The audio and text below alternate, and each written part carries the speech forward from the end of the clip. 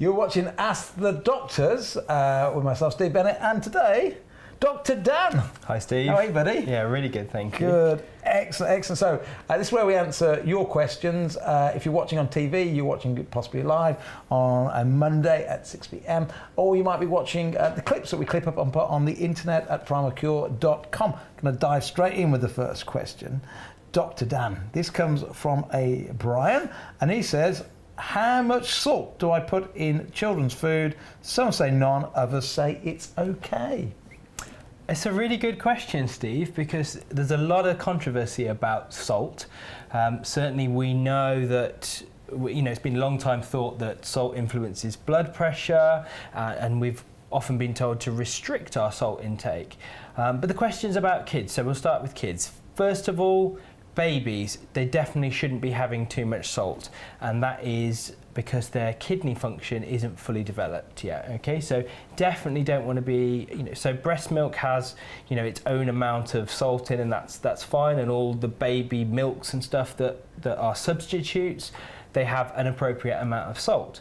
But when weaning takes place and we move into baby eating solid food and stuff, we definitely shouldn't be adding salt, okay? Mm-hmm. So definitely not for younger children. But as the kid, and salt, we can excrete salt from our bodies. So we know that if we have too much salt, we can, as long as we've got healthy kidneys, we can excrete that salt out. We also sweat salt out as well.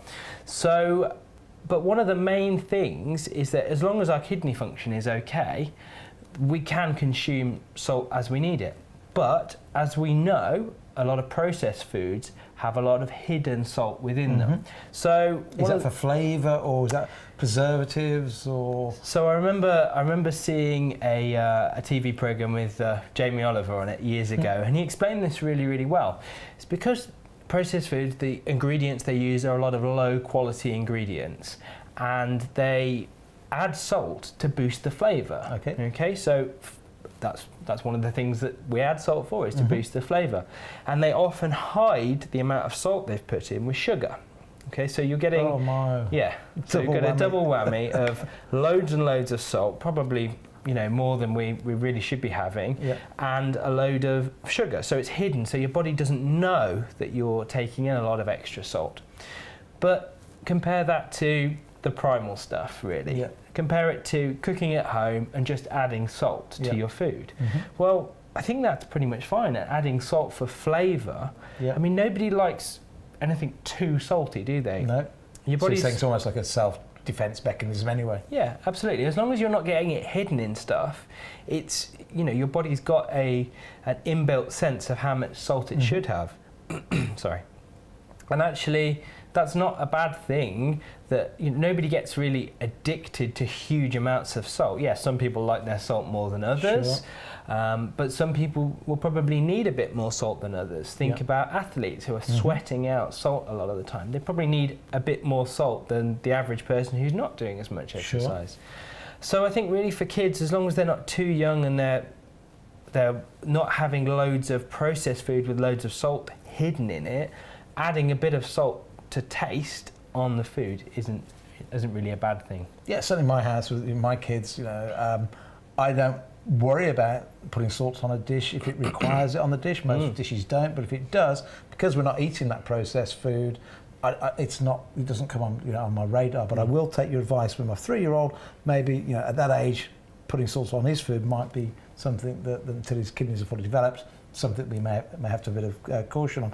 But one of the interesting things is that if you are living primally and you're making your own meals and you're getting whole foods and you're having your nice salads and your meats and your salmons and your fish and all that, and you're eating what we describe as primal foods, salt isn't really a problem, as Dr. Dan says. It's that hidden salt in packaged food that has probably caused it to get that bad rap over the years. And if your kidney functions are working properly, they will help you sort of dispose of too much salt. So don't overly panic about salt if you like putting it into your dishes at home, unless, of course, you're eating pre-packaged foods. That's quite a good question. So thank you very, very much. That was from Brian. So, next question. Here's a really, really good one that I would like to know the answer of, actually. So Natalie asks, it's a really good question, can I give my children ibuprofen with cough medicines? Okay, yeah, that's a really good question. Cough medicines, there is a lot of cough medicines about. So many different ones, I can never remember all the names of them. Seems to be new ones coming out all the time. So what you can't do is give ibuprofen with a cough medicine that's containing ibuprofen. Because you're doubling the dose. Because we're doubling up and we don't want that, okay? It's effectively giving an overdose.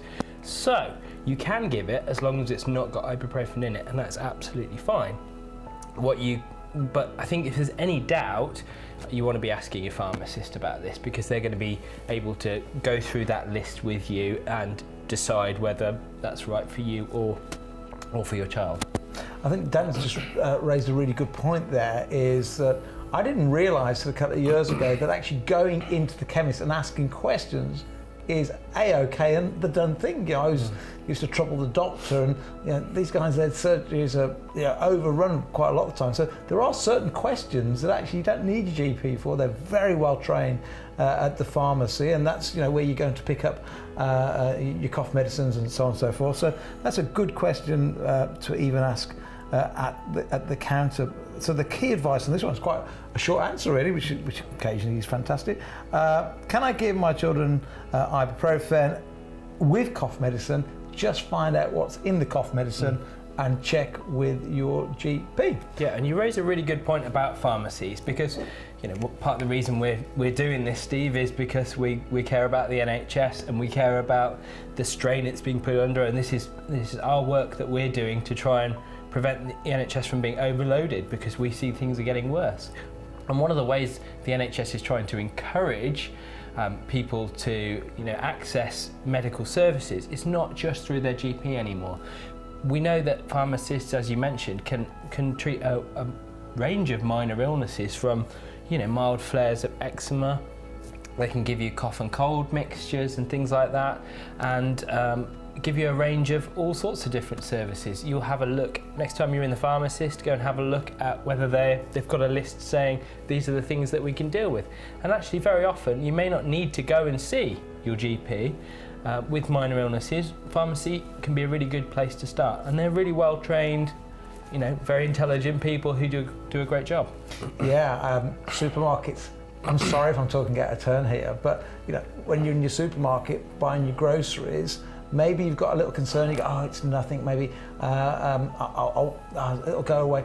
Maybe just use that time while you're walking around the supermarket, filling up your trolley. Most of them have got pharmacies now, just to pop in, and if it is on their list of things that they're happy to talk about, hey, you get a bit of free advice while you're picking up all your groceries. Yeah, and don't be worried about confidentiality. It's not over the counter, like in, you might not be asking a question over the counter. Often these pharmacies have got a separate room for consultations, which you can say, look, I'd really like to ask you a question. Can we go into the private room? And actually, so you're not out in the open asking your what might be a sensitive question. That's absolutely fabulous advice. Isn't that great? Ask the Doctor went down a strange avenue there. We ended up with supermarkets in a confidential room on the side. I had no idea you could even do that. That's fascinating. We're going to take you to a very, very short break in the programme. We're back with another amazing question. With every purchase of the book Primal Cure, and for every primal supplement we sell, we provide an undernourished child in a disadvantaged community with 1 month of nutritional support. Double the goodness isn't just a Primal Cure tagline, it's the very heart of everything we do. Visit primalcure.com to discover more about our campaign. So the next question, this could take a long time to answer this question, so hope you're comfortable at home, hope you've got a nice cup of herbal tea or a coffee, or just a nice water, maybe with a slash of lime, because we could be here for hours on this one. This is from Jenny. Jenny says, I'm about 3 stone overweight. We've both been there, so that you're not on your own. I'm about 3 stone overweight. Other than looking better and feeling better, well, there's enough motivation on its own. Are there really any health benefits to losing weight? I've written a whole book on the whole subject, so I'm going to hand you a crack on forever. Dr. Dan, from a doctor's point of view, other than looking and feeling better, Jenny says, are there really any health benefits in losing weight? Yes. So I thought we were going to go on for ages about that question. We will, yeah, there is, absolutely. Yeah, that's it, done. Of course there are, yes, absolutely. So, I mean, this is a really interesting question, because there has been this idea of fit and fat, okay? The idea that you can be overweight and that you can be in really good shape and stuff. And actually, yeah, there's plenty of people out there who are, physically very capable, physically very fit, but does that make them at less risk of certain other diseases? So we know that being overweight puts you at higher risk of cardiovascular disease, of type 2 diabetes, and of cancers. Okay, and there's actually been a lot of studies out recently, massive studies, huge studies, all over the world and in Britain as well, that say that, being overweight and obese is much worse for your health. Yeah. And so, I think it's really good if we break it down section by section. Let's do it. So let's start with cancer. Okay, so some of you may be aware that the current campaign from Cancer Research UK is that the second most preventable cause of cancer is obesity. The first, of course, is smoking. Yeah, okay? and there are some stats now that saying, because now a lot of people have stopped smoking, that obesity has actually leapfrogged itself into the number one spot. So it's either the first or the second most preventable cause of cancer is getting your weight under control. Not only is it preventable, it's very treatable as well. So but why? The question is, why is cancer so related to obesity and cancer? Why is there a link? And I think this is something we've been struggling to explain for a long time, but very recently actually there's been some literature published that actually starts to explain this. Okay, so our bodies have got cells that are going around which are trying to prevent cancer growth. The cells in this particular study were called natural killer cells. Okay, they're trying to kill rogue cells that are going cancerous. And what the study found was that the fat is interacting and disrupting these natural killer cells and actually preventing them doing their job, which is to prevent cancer. So we start to see where there is a direct scientific link between being overweight and developing higher rates of cancer. And actually, it's really common cancers like breast and bowel cancer that are associated with being overweight. And also some really difficult to treat cancers like pancreatic cancer, gallbladder cancer, esophageal cancer, that, if you get those types of cancers, they can be really, really difficult to treat. So not only is it the most common ones, it's the most difficult to treat ones. Well, I'll just straight in there. Both my lovely Auntie Avis, who died in her 50s, and my grandmother Ivy were both cancers of the esophagus. And sadly, my auntie did smoke a bit as well, but they were both very much overweight. So, case in point. Yeah, case in point. Absolutely.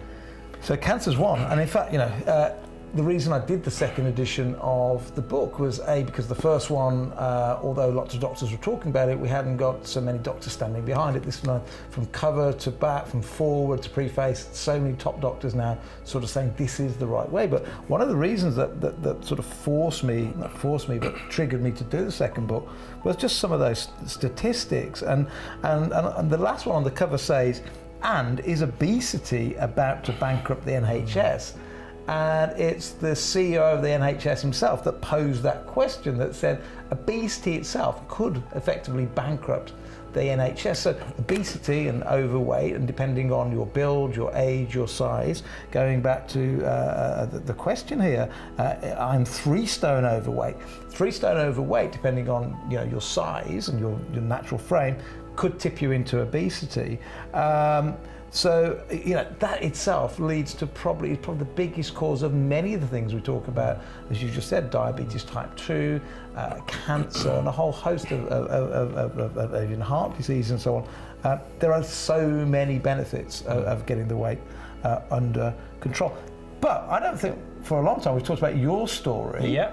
Because what I love about yourself, and I love you both equally, both our doctors, but you were like me, you were battling with being overweight yourself, and you were a GP, and maybe tell your own story and how you. Because the question here as well, don't forget, is other than looking and feeling better, you definitely look better. And I definitely feel better. Well, that's great. That's what I couldn't answer for you. Tell me your story and how your own health is different now to a few years back. Okay, so until about 3 years ago, it'll be coming up to 3 years in February, and that's when I started my own weight loss journey. I struggled with my weight for years and years and years. I don't ever remember being a thin teenager. I was always felt a little bit chubby, and I think that looking back now, I can see that some of my dietary habits and exercise habits back then, were leading into that.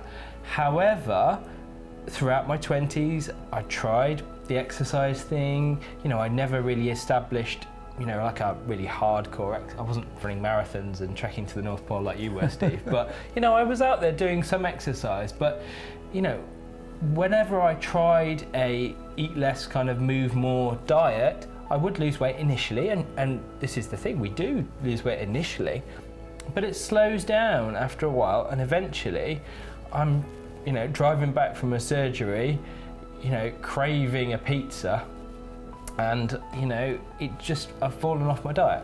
And that's a cycle that many of you I know a lot of my patients identify with, that kind of yo-yo dieting. Mm-hmm. But things changed for me. February in 2016, I had a chance encounter whilst I was skiing in France, and I met a chap there who was putting butter in his coffee at breakfast, and I was like, what are you doing? That's got to be really bad for you, hasn't it? And so this started for me to teach me, so I asked him what was going on here. And actually he started to explain something to me in a way that changed my feelings about diet and nutrition. So we're always told that energy in and energy out must balance, and that the reason we're gaining weight must be because we're consuming more calories than we are burning. And it makes a lot of sense, really, doesn't it? The whole thing that we were all taught, eat less, move more. It's as simple as that. Absolutely. But it's not that simple. No, absolutely. So, we've got to, so he taught me that to think about it as a hormonal problem. And let me tell you, the very basics of this, okay? So we know that when we give people insulin as doctors, they report weight gain, okay? Pretty much universally. If we put someone on insulin, they gain weight. And so there's an obvious link there. And actually, if I started injecting myself with insulin, I would gain weight. I would be more hungry and I would gain weight.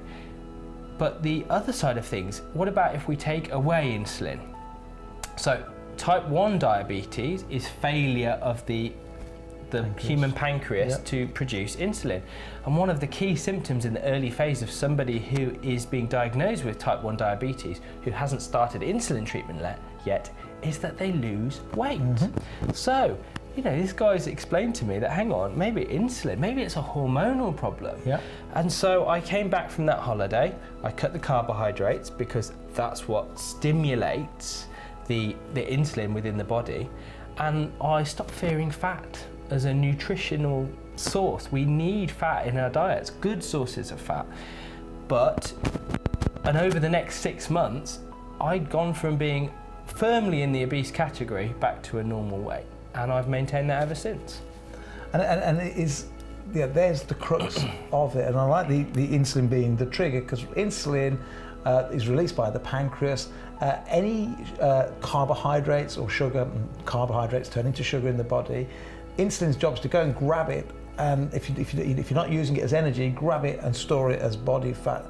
And insulin is only really triggered by carbohydrates and sugar. So your pasta, your rice, your potatoes, and all your sugary foods.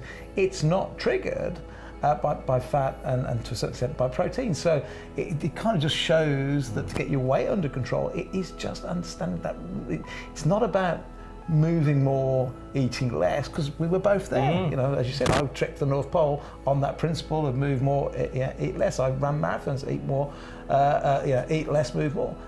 And we were both overweight, both overweight. And therefore the principle of that is not, the principle is, watch those carbohydrates, cut those down, release less of that hormone, insulin, you're going to cut back on the body mass. Back to the question then.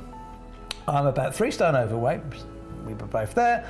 Other than looking better and feeling better, don't underestimate as well, by the way, how feeling better itself is absolutely fantastic, because as soon as you start feeling better and more healthy, you do then start, it's like that upwards, you're either on an upward spiral or on this downward spiral, and as you put on that weight, you don't move as much, and it's just a race to the bottom. But as you start to lose that weight and you get more energy and you feel good and you start to look great, it's that self-perpetuating movement in the right direction. Absolutely. I know that I wasn't moving as much because of my weight. Yeah. I was significantly overweight, 5 stone overweight. That's 30 kilograms.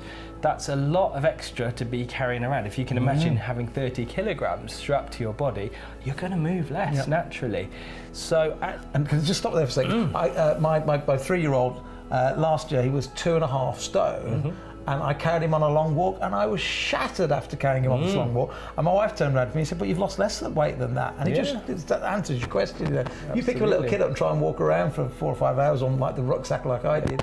It's shattering, but I was doing that all day, every day. So it just shows the strain on the body. Absolutely, and strain on the joints as well. And really, I was during that initial 6-month weight loss period, I was exercising maybe once a week. Wasn't doing a huge amount. I mean, I walk my dogs twice a day anyway, but nothing particularly high intensity. And so I was losing weight despite not exercising lots and lots and lots. But as to what Steve was saying, now, because I'm feeling better in myself, I'm more inclined to go and exercise. And actually, that's how we met actually, was through exercise. And I'm doing so much more exercise than I ever used to be able to do. And that's been as big a game changer for me in terms of health and well-being as the weight loss has been.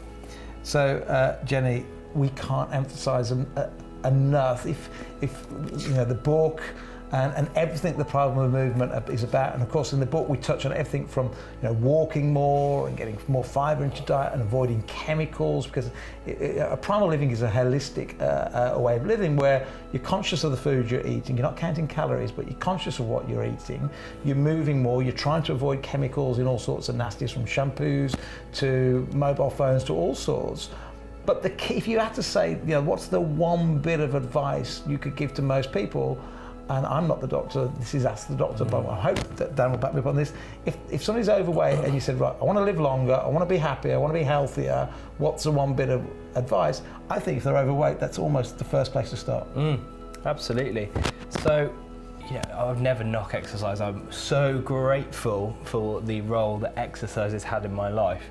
But you have to start somewhere, and actually starting to balance calories, if it's failed for you, and it failed for so many of us.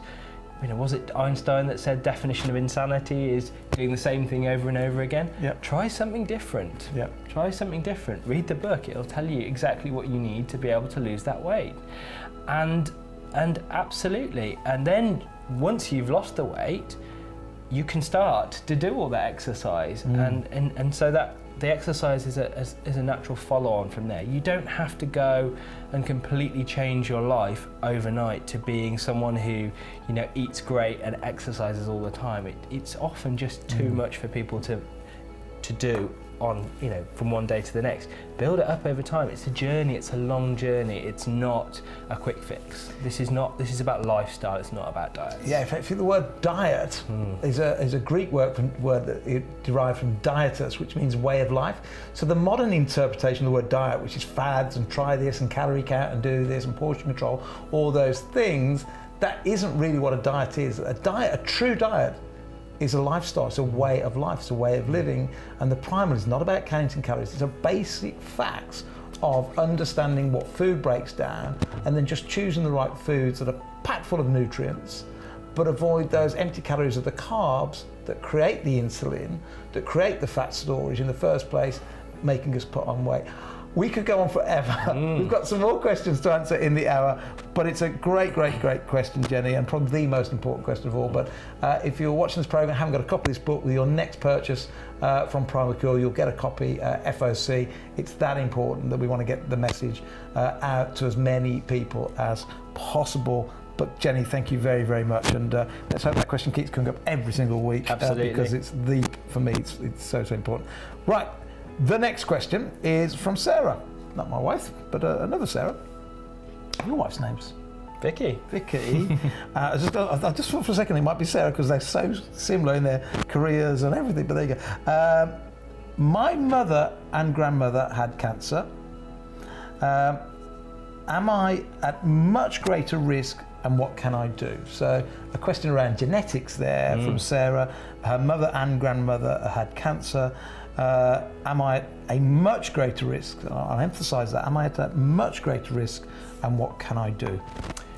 It's a great question, and actually I'm glad I've got this question because before I was a doctor I trained in medical genetics, so it's a perfect question for me to be answering, really. So it really depends, actually. We know that there are certain cancers which are known to really strongly run in families. Many of us know about the story of Angelina Jolie. Yep. Now, Angelina Jolie elected to have a double mastectomy.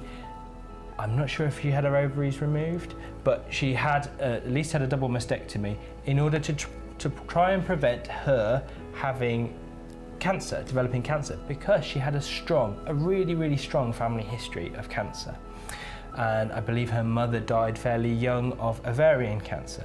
So there are certain cancers that run very strongly through families. And in breast cancer, there is a gene which is a tumor suppressor gene that becomes disrupted. It's called the BRCA gene. You may have heard of it in the press, especially with relation to Angelina Jolie's story. Now, when that becomes disrupted and that is passed on through families, then, and if you're a carrier of that gene, then yes, you do certainly have a higher chance of developing cancer. Not guaranteed, but a higher chance.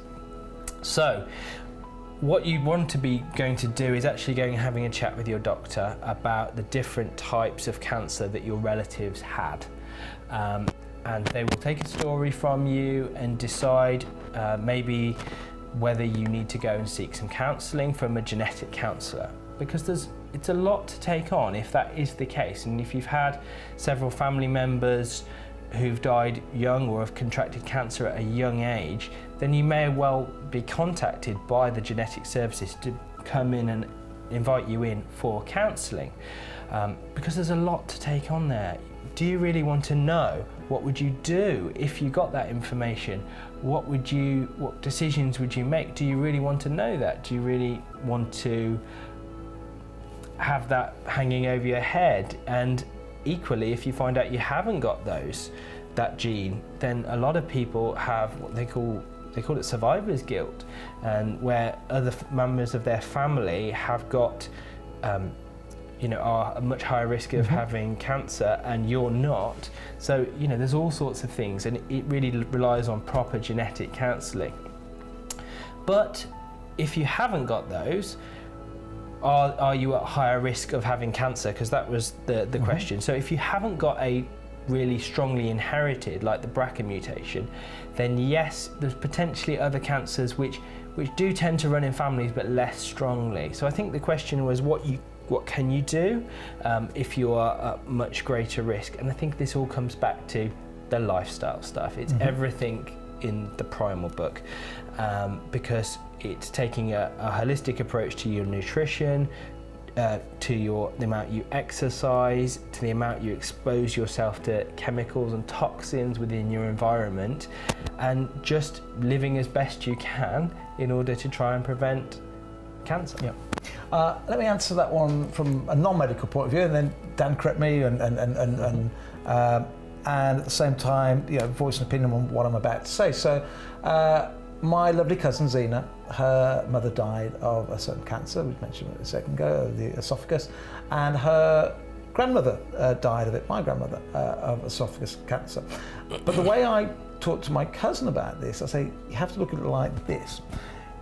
maybe you are more susceptible to it. But it's kind of like, and this is what I write in the book about genetics. First of all, overall, and again, tell me what you think the second about this, but overall, I personally think genetics play less an important role than we worry about, because of course, cancer, 3 of my 4 grandparents have died of cancer, but this is my take on it.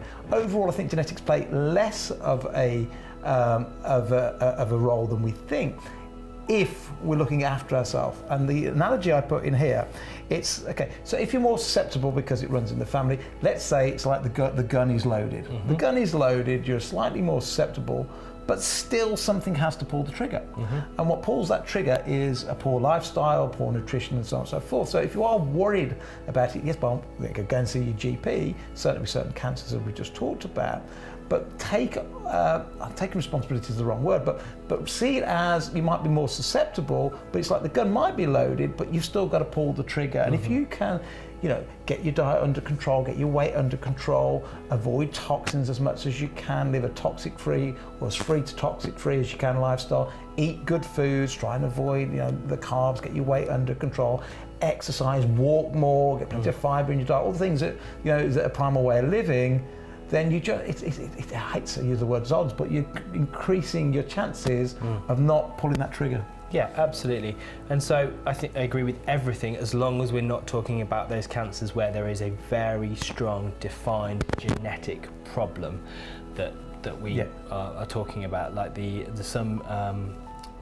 much rarer bowel cancers. The most common one is the breast and ovarian cancer with the BRCA mutations. Yeah, and overall with cancers, think about it, if you go back 100 years, and if I certainly go back even 60 years when only 1 in 20 people experience cancer, and today figures from cancer research, 1 in 2 people alive in the UK today at some point will be diagnosed with a cancer. Of course, many of them now are curable. We have great NHS and great development, but if it's growing that fast from 1 in 20, only a couple of generations back to 1 in 2, that can't be put. The rise can't be put down to genetics. Absolutely not, because it wouldn't be on the rise. It would be kind of a static figure. So the rise in cancer is not genetical. The rise is lifestyle, obesity, toxins, and our lifestyles. So back to the question, I think what you're saying, Dan, correct me if I'm wrong, certain cancers you should go and seek professional advice if it runs in the family, but other than those, back to that, the trigger's loaded, just get your, don't overly worry about it, because stress is a big killer. Don't worry about it if it's other types of cancer in the family. I used to stress about it all the time. I actually don't even worry about it at all now, because I know I'm doing everything I can to stop that trigger being pulled. Absolutely.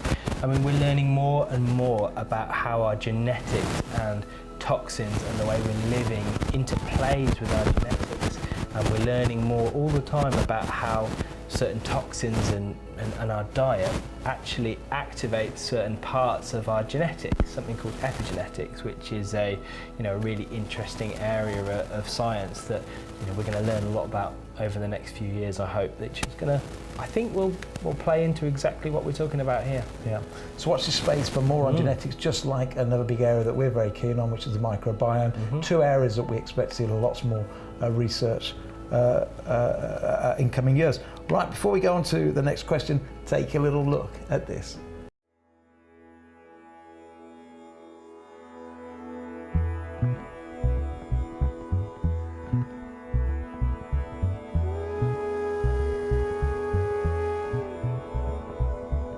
What life gives,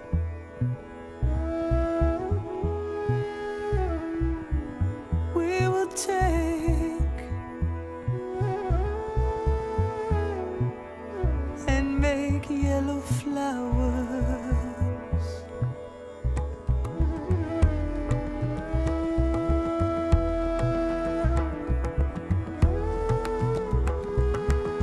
What life gives, we will take and make yellow flowers.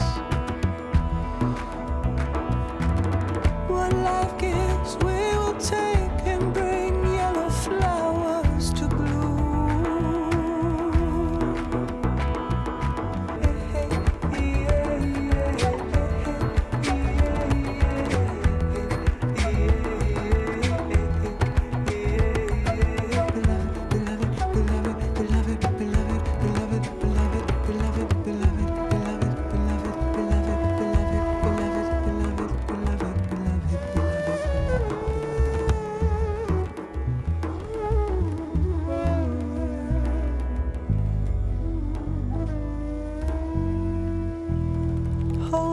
mother says, take your burden down to my soil. Now we'll make yellow flowers for you.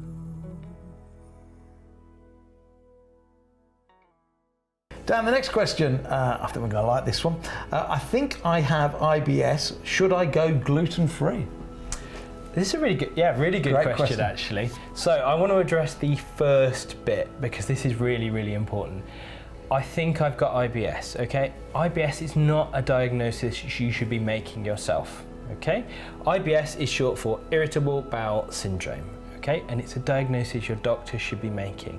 So for those of you who don't know what IBS is at home, I'm going to explain it in the way it affects your body, okay? So you've got certain diseases that affect the bowel, which are changes in the structure. They're changes in perhaps the wall of the bowel. Maybe it's becoming inflamed, something like celiac disease, which we will talk about in relation to gluten in a second. But irritable bowel syndrome, we know it's a disease of the function of the bowel rather than the structure of the bowel. So, for example, the way everything moves through the bowel. Now, characteristically, you get pain with irritable bowel syndrome. And you can also get a combination of other symptoms, which may be constipation, it may be diarrhea, it may be bloating. The experience of it is different for different people. But all of those can present as different problems, and one of those problems is celiac disease, okay? So, and celiac disease is an autoimmune condition where gluten is causing your body to attack itself, and that isn't irritable bowel syndrome. That is a disease of the bowel. It becomes inflamed, you have, again, those symptoms, pain, bloating, constipation, diarrhea. And so you need to get that excluded by your GP. You need to go and see your GP if you're suspecting IBS. It's not a diagnosis you want to be making at home. So that's the first point. And when does somebody, somebody's had any of those symptoms, bloating, diarrhea, I suppose it's how long's a piece of string. Obviously, you wait a couple of days to see if it goes away naturally. If somebody's had diarrhea for what? When would you recommend a doctor? For most people, a week. It's a really difficult one because the causes of diarrhea can be huge. You can have a really severe infective diarrhea, particularly like traveller's diarrhea, which you need antibiotics for early on. So that story is very important to get out of there. But you can have simple diarrhea, and that can be associated with just a tummy bug. You can have it just from what you've been eating. You can have. I know even with my healthy diet, if I go too much on the chili powder, the next day it just happens. I kind of know what caused it. Absolutely. Too much chili powder for me. But it can be, and diarrhea can be a sign of more severe diseases. So it's a really difficult one to give general advice about, in a TV kind of setting. If you're at all concerned, it's definitely something you want to be getting in touch with your GP about. And if you think you've got an infection that's causing it, it might be a really good idea just to give the GP surgery a phone call before you go into the GP surgery, just because you may be infective, and things like norovirus, which are very, particularly a vomiting bug, but you can get diarrhea as well, can be horrendously infective to other people, which shuts hospital wards down. So just be a little bit cautious if you've got diarrhea, that a phone call to your GP surgery may be a better option. Similarly, if you're going to see relatives in hospital, then if you've got diarrhea as a symptom, it may be a good idea, well, it's definitely a good idea not to go and visit them, okay? Just because we don't want to be infecting entire hospital wards with things like norovirus. So, but we're talking about persistent, problematic diarrhea with pain in the tummy. That could potentially be irritable bowel syndrome, but it could equally be a whole host of other conditions. You need your doctor to be diagnosing those. I wouldn't just be going to cut out gluten for the purposes of trying to sort that out, okay? So let's tie this in with primal, because primal diet is generally low or pretty much absent in gluten. So gluten's a protein which a lot of people do seem to have problems with, but let's just recap that though so you understand. gluten is a protein but associated with carbohydrates. Carbohydrates, bread particularly bread and wheat and products of that kind of grain-based products. Not all of them, but a lot of grain-based products have gluten in. And it does cause this problem called celiac disease, and it does cause a lot of people a lot of problems as well. But in irritable bowel syndrome, we have to be really, really careful, because if you start cutting gluten out of your diet without anything else, then you can run into problems. So one of the things that has got that a lot of people try for irritable bowel syndrome is called the FODMAP diet. Now, you're going to bear with me with this one because it's fermentable oligosaccharides, disaccharides and monosaccharides and polyols, okay? Oof. So you can see why it's shortened to the FODMAP diet, okay? So basically what FODMAPs are short chain carbohydrates that get fermented by the body in the bowel, okay? And there's huge lists. I've actually brought a list in of high FODMAP foods that someone with irritable bowel syndrome may wish to cut out of their diet. And of course, gluten is on there, and a lot of gluten-based stuff is high in FODMAPs. But also a lot of the stuff that things that are staples for us on low carbohydrate diets is also high in FODMAPs. So things like asparagus, Brussels sprouts, cauliflower, garlic, leeks, mushrooms, these are real primal staples. And actually, these can be cut out. So, but if you're needing to cut these things out, you're giving yourself a lot of nutritional potential deficits, really. So I wouldn't want someone to be, trying this and trying a low FODMAP diet and cutting out all the other stuff, if they hadn't got a firm diagnosis. This is definitely something that you want to be guided by your doctor on.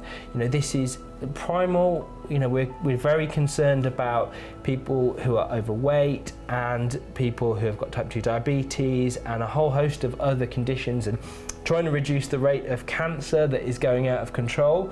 But we also really need to be sure that this isn't a diet guide for every specific diet or health problem that's out there. It can't be. Everybody's different, and that's where a doctor will come in. So sustained bloating, sustained diarrhea for a period, go to the GP.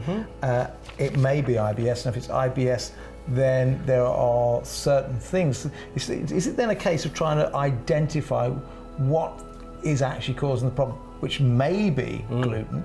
It may be that you've got celiac disease, but it may be something. It might be another thing that triggers. It might be that you're lactose intolerant, or it may be something else. And also, we also need to consider the role that stress, anxiety, depression, and all these things are strongly associated with irritable bowel syndrome as well. So really we have to go and look holistically at our patients who are presenting with these symptoms.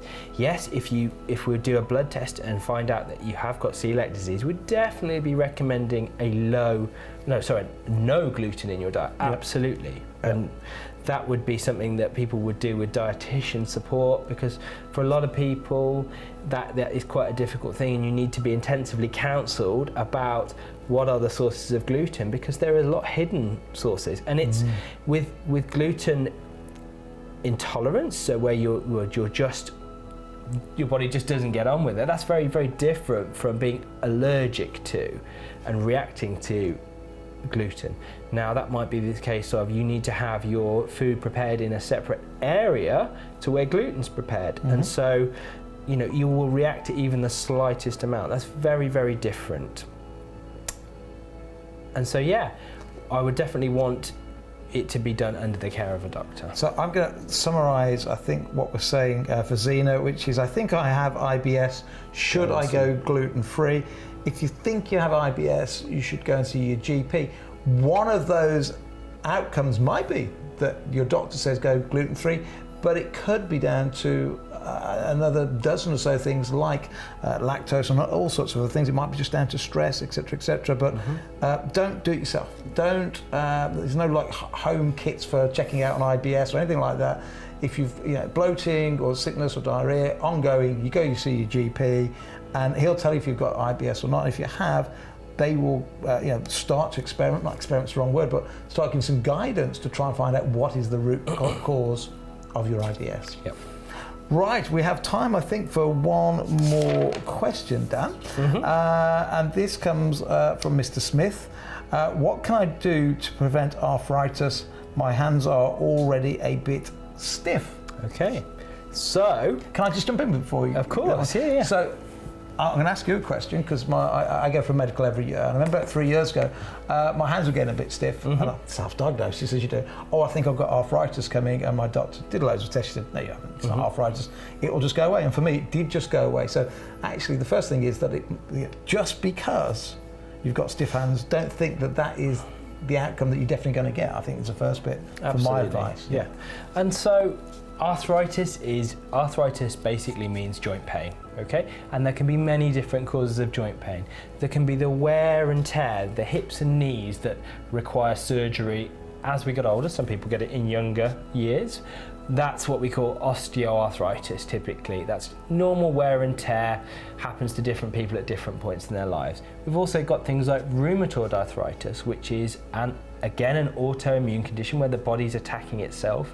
And actually that's something that really does need, if you're starting to get symptoms of rheumatoid arthritis, which might be kind of morning stiffness and pain in your joints, you should go and see a doctor pretty sharpish about that really, because the quicker we can diagnose rheumatoid arthritis, the quicker we can get in with what are essentially quite powerful drugs, but they can really slow the progression of that disease down so that, if we catch it early, you can have really good outcomes with rheumatoid arthritis. So stiffening and pain in the joints, if that's a new symptom, get and see your GP as soon as you can really, because that has now got a pathway for access into secondary services, doctor surgery, linking in with the hospital for specialist care that's similar to cancer. Okay, so in terms of rapid diagnosis of rheumatoid arthritis. Yep. Okay, so first of all, let's not be trying to diagnose at home here. Yeah. Again, it's something you need your doctor to be involved with. They may want to do x-rays if it's just if it's a single joint, and you've been writing for a career your entire life, then it may well be that you've got a bit of wear and tear in that joint. The question was in two parts. It was. It says, what can I do to prevent arthritis? My hands are already a bit stiff. So let's break them into two questions. I'll do a bit of preventative stuff, magnesium and turmeric, whether it be in your diet in good quantities or with supplements. I take turmeric on a daily basis and magnesium, and one of the reasons I do that is I want to prevent arthritis. I've done loads and loads of sports over the years, and my father-in-law, who's, in fact, you just go on our website and look at the reviews on turmeric. So many people with early signs of arthritis have had almost magical experiences with that. But other than good nutrition, what can I do to prevent arthritis other than nutrition? Exercise. Okay, exercise, well, actually, let's talk about the specific types of exercise.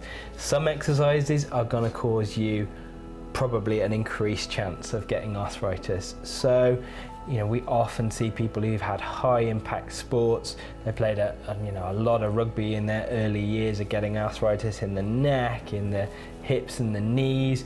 Gymnasts are well known for having early arthritis, and certain sports that are particularly high impact, especially from a young age, are going to cause you more higher risk of arthritis. But at the same time, we want you to be doing weight-bearing exercises, which involves obviously standing up, and that is going to help you maintain bone density and reduce risk of osteoporosis. Technically that's a different bone disease, but that's also important when we're considering bone and joint health. And strength exercises, we should all be doing much more strength exercises. It's in the national guidance that we should be doing a certain amount of strength exercise every week, and a lot of people will decide I'm going to go and get fit, I'm going to start running, but we shouldn't neglect to pick up heavy things, because picking up heavy things is great for our muscles, and it's our muscles that stabilize our joints and improve our chances of not getting arthritis. Yeah. And if someone comes to me with early arthritis in the hip or the knee, and they're not ready for surgery at that point, or don't want to go for surgery, one of the first things I'll get them to do is to book in with a physiotherapist to do some exercises to strengthen those joints. And it's one of the ways that we can get in for we can prevent surgery for a longer period of time, because nobody wants to have surgery unless they absolutely have to have it. And there is a time and a place for surgery in hip and knee joint replacements and things like that, and shoulder joints as well. But we want to try and prevent that until a point where it's really appropriate.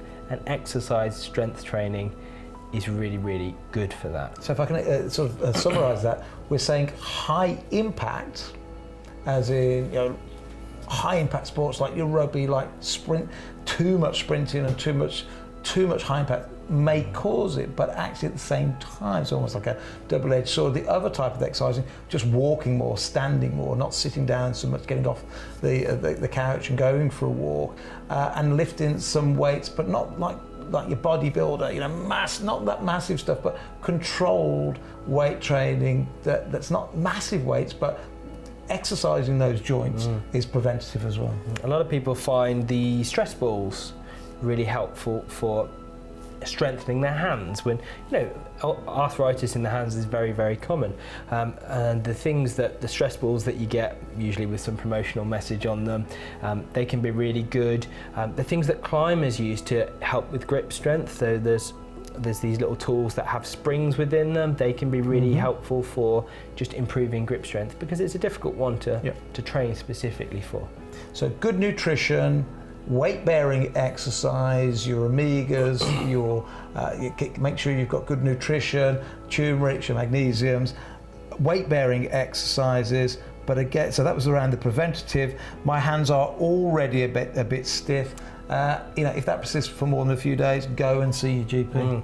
If it's a new symptom, I'd definitely be wanting to go and see your GP as soon as possible, really. Okay, thank you very much for that. Need to perform better in the gym or increase your energy and physical performance when sprinting? Clinical research has been conducted and approved by the European Union that 3 grams or more of creatine daily increases physical performance in successive bursts of short-term, high-intensity exercise, more commonly known as HIIT. Daily creatine consumption in combination with resistance training can also improve muscle strength in adults over the age of 55. You can find creatine in organic animal proteins such as beef, salmon and tuna, at around 4.5 to 5 grams per kilogram of meat or fish. However, it's unlikely that you're going to eat that much meat on training days. Hence, we've formulated Primal Creatine. The preference of professional sports people around the world, Primal Creatine is created with your health in mind. Now, it's a tricky one to answer, and you haven't been prepped for this one because it's just come in. This is from Mohammed Omar, and he says, "Hi, what do you recommend for psoriasis and thin hair? I'm in 30s and have thin hair. So what do you recommend for psoriasis and thin hair? I'm in my 30s and have thinning hair." Mohammed Omar, you were telling me about a podcast the other day on this very subject. Yes, a very good friend of mine runs a podcast all about psoriasis.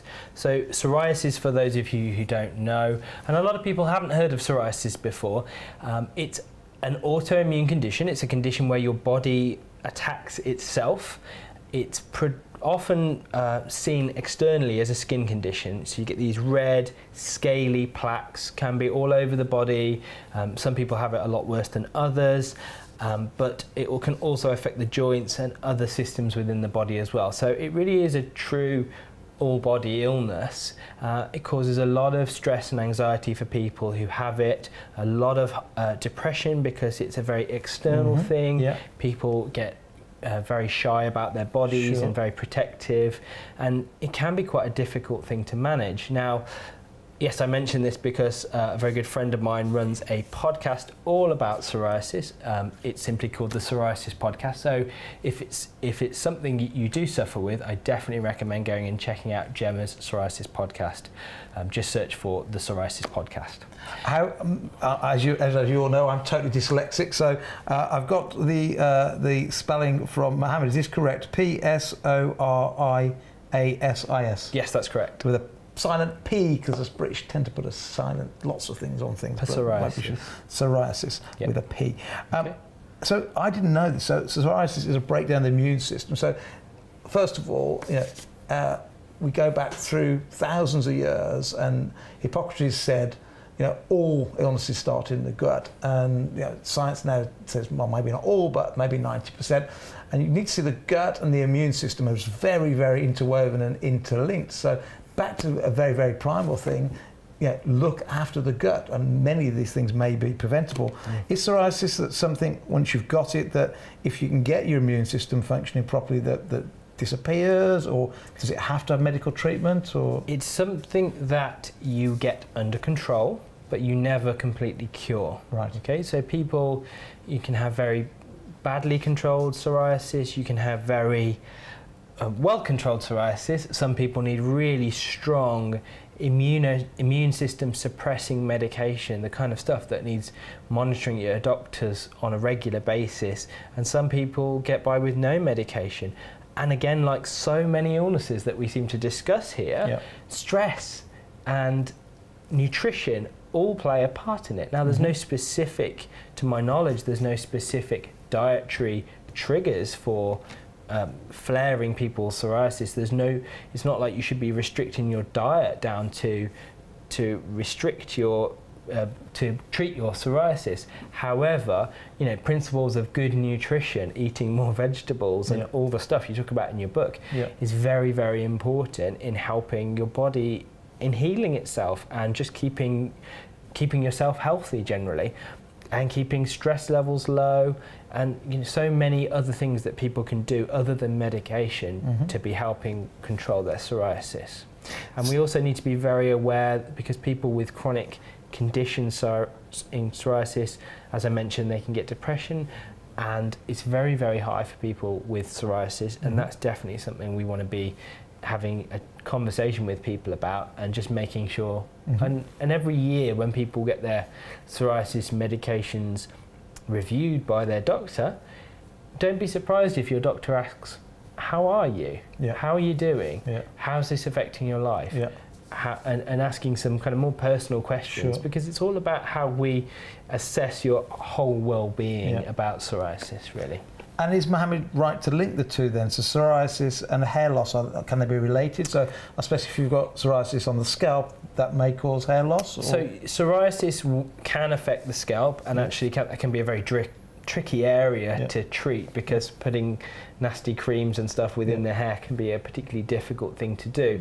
But actually I think the question is a couple of things about thin hair. First of all, Mohammed, male name, is this just normal male pattern hair loss, potentially? Is this a sign of something else going on in the body?